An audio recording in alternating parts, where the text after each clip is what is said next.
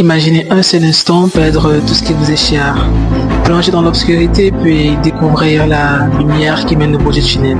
Eh bien, c'est ce qui s'est passé lorsque j'ai perdu la faculté de mes jambes. Je vous explique.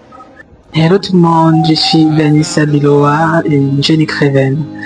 Mon parcours a été tout sauf linéaire.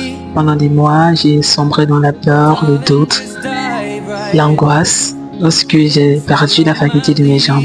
Alors je vous explique comment tout ça s'est produit. J'étais gravement souffrante et sans savoir comment et pourquoi, eh bien j'ai perdu la faculté de mes jambes. Ça ne découle pas d'un accident, non, soyez en sûrs. Ça découle simplement d'une maladie qui venait de nulle part.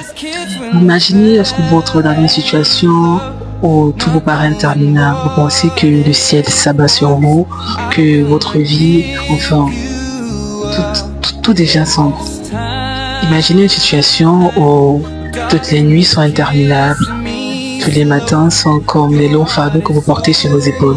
Vous voyez des gens marcher et puis vous aimeriez être à leur place. Mais vous ne savez pas comment le faire. Mais c'est fou, hein. C'est fou de voir des gens faire des choses qu'on ne peut pas faire. On les envie et on se demande comment le faire. Mais vous savez quel était mon véritable problème? En réalité, je n'avais plus simplement perdu la faculté de mes jambes, mais psychologiquement parlant, j'avais été touché. Parce que je n'arrivais plus à penser d'une manière positive. Voyez-vous, pour moi, tout était devenu noir, sombre. Je savais que mes rêves ne pouvaient plus voir le bout du tunnel. Et le plus dur dans tout ça, en fait, c'était de voir les efforts que mes proches faisaient pour moi. Ils mettaient en stand-by le travail qu'ils avaient à faire simplement pour venir prendre soin de moi. Et c'était encore ça qui rendait la chose plus difficile. Devoir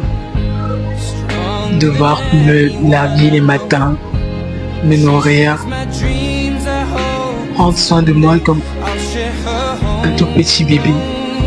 Mais lorsque je repensais à tous ces gens qui faisaient tellement d'efforts pour moi, je me disais que la seule manière de les récompenser, eh bien, c'est de recommencer à vivre, c'est de recommencer à penser positif, c'est de recommencer à oser.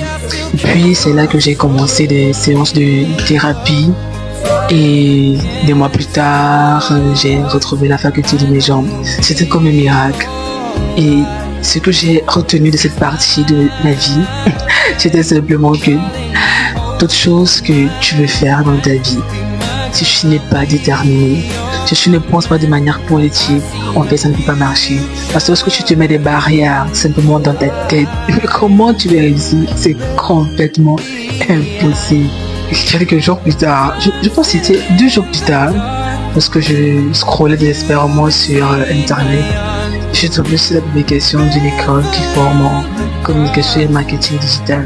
Eh bien, je me suis simplement dit que la vie m'offre une nouvelle chance de recommencer, une nouvelle chance de vivre, une nouvelle chance de penser, d'oser, de croire que derrière chaque obstacle se cache une opportunité. Alors je me suis lancé. Aujourd'hui, je suis étudiante en communication.